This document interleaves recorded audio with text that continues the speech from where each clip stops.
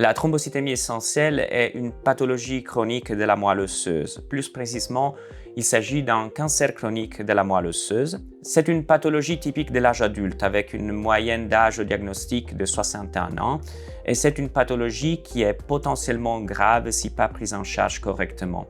Au diagnostic, la pathologie est caractérisée par une augmentation du taux de plaquettes au niveau de la prise de sang, une augmentation du volume de la rate et une augmentation du risque de caillots, donc une augmentation du risque de faire des caillots.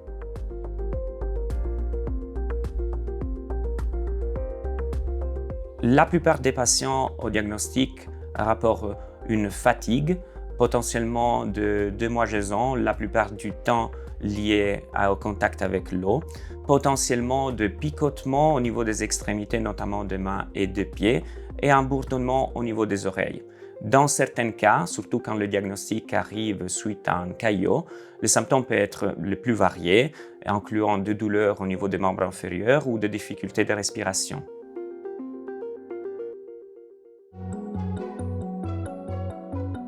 Comme pour toute pathologie hématologique, le test initial, c'est la biologie avec une numération formule sanguine qui va mettre en évidence une augmentation du taux de plaquettes. Il est impératif de compléter le parcours diagnostique avec une recherche de la fonction rénale, de la fonction hépatique et avec ce qu'aujourd'hui on appelle des tests de biologie moléculaire, notamment pour essayer d'identifier des mutations à l'origine de cette pathologie.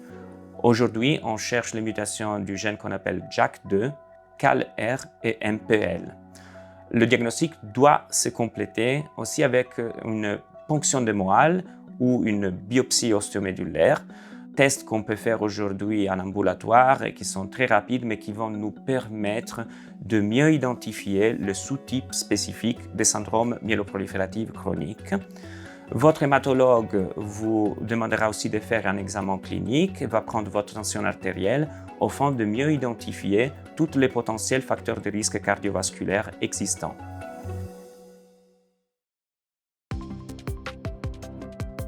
À ce jour, malheureusement, nous ne sommes pas capables d'identifier une cause spécifique pour la thrombocytémie essentielle. Ce qu'on sait, comme toute pathologie cancéreuse de la moelle osseuse, c'est qu'il y a une mutation génétique à la racine de cette maladie.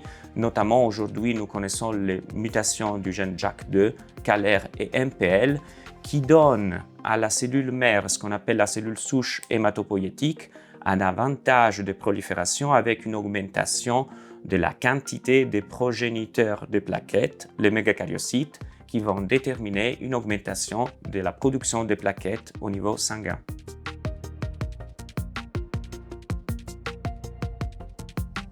Les patients atteints d'une thrombocytémie essentielle ont essentiellement deux types de risques. Le premier, c'est une augmentation du risque thrombotique, ça veut dire une augmentation du risque de faire des caillots.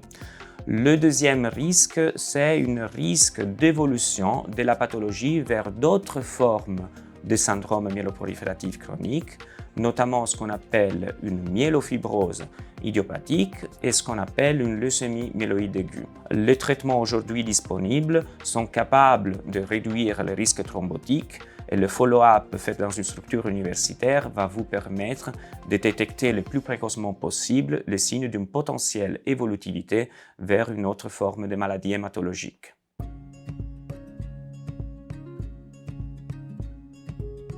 À ce jour, le traitement de la thrombocytémie essentielle est caractérisé principalement par un traitement qui vise à la réduction du risque thrombotique, et là on utilise surtout l'aspirine à faible dose, et par la réduction de la quantité de plaquettes du volume de la rate. Ces traitements disponibles sont à ce jour l'hydroxyurée ou, en cas d'intolérance ou d'inefficacité du traitement par hydréa, l'anagrelide. Dans certains cas, nous pouvons aussi considérer un traitement avec une immunothérapie qu'on appelle interféron.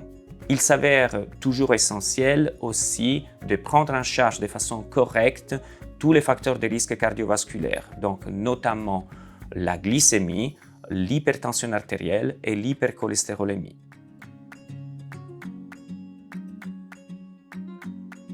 À ce jour, malheureusement, nous ne disposons pas d'un traitement capable de guérir la thrombocytémie essentielle. Mais comme pour d'autres pathologies myéloprolifératives chroniques, une prise en charge correcte, réduisant le risque thrombotique et en même temps capable de détecter le plus précocement possible des signes d'évolutivité vers d'autres formes de syndrome myéloprolifératif chronique, sont capables de donner à nos patients atteints d'une thrombocytémie essentielle une espérance de vie qui est très proche de celle de la population générale.